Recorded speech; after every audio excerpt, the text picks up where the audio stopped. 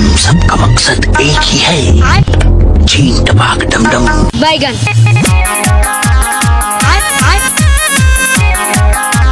बैगन बैगन। Music by सुगम राजा।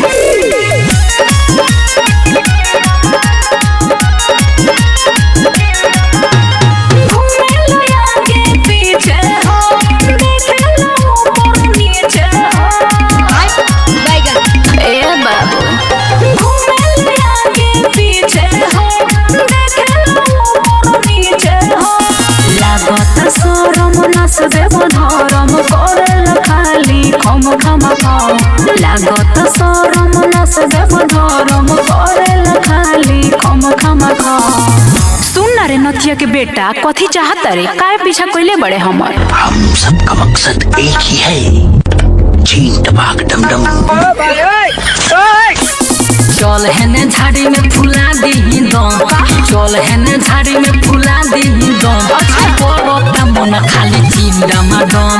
चल हेने झाड़ी में फुला दी दम, करता मन हम चीन डमाडम। हाँ नो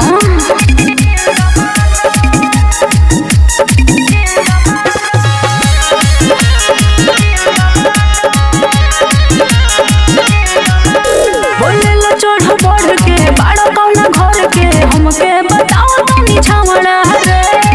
अब हम संतोष पागल नहीं बन जाने साथी मारा दिले माती खाली बचल है न चावड़ा रे। घूमे की छौड़ी बुझ जानी छौड़ा हमारे देव मुहावा गम गम गम। घूमे की छौड़ी बुझ जानी छौड़ा हमारे देव मुहावा गम गम गम। अरे सफल्ला शरण छोड़ देले बाड़ीस रे छौड़ा, कुत्ता है इसका रे, पीछा पड़ल बड़े। तोरा पता बा ना हमनी सबके मकसद का बा? बैगन। चीन टपाक डमडम। चल हेने झाड़ी में फुला दी दम, चल हेने झाड़ी में फुला दी दम। करता मन खाली चीन डमाडम। चल हेने झाड़ी में फुला दी दम, करता मन हमर चीन डमाडम।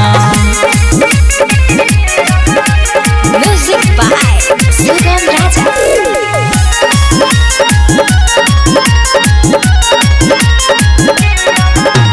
कुत्ता की जोई से सुंघेले हमके लागत ना तोरा लाज रे।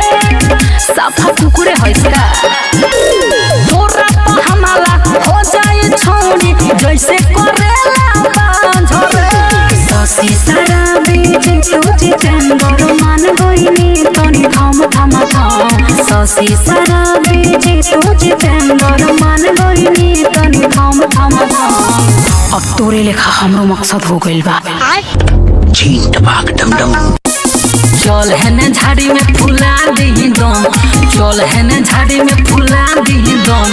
करता मन खाली चीन डमाडम। चल हेने झाड़ी में फुला दी दम, करता मन हमर चीन डमाडम।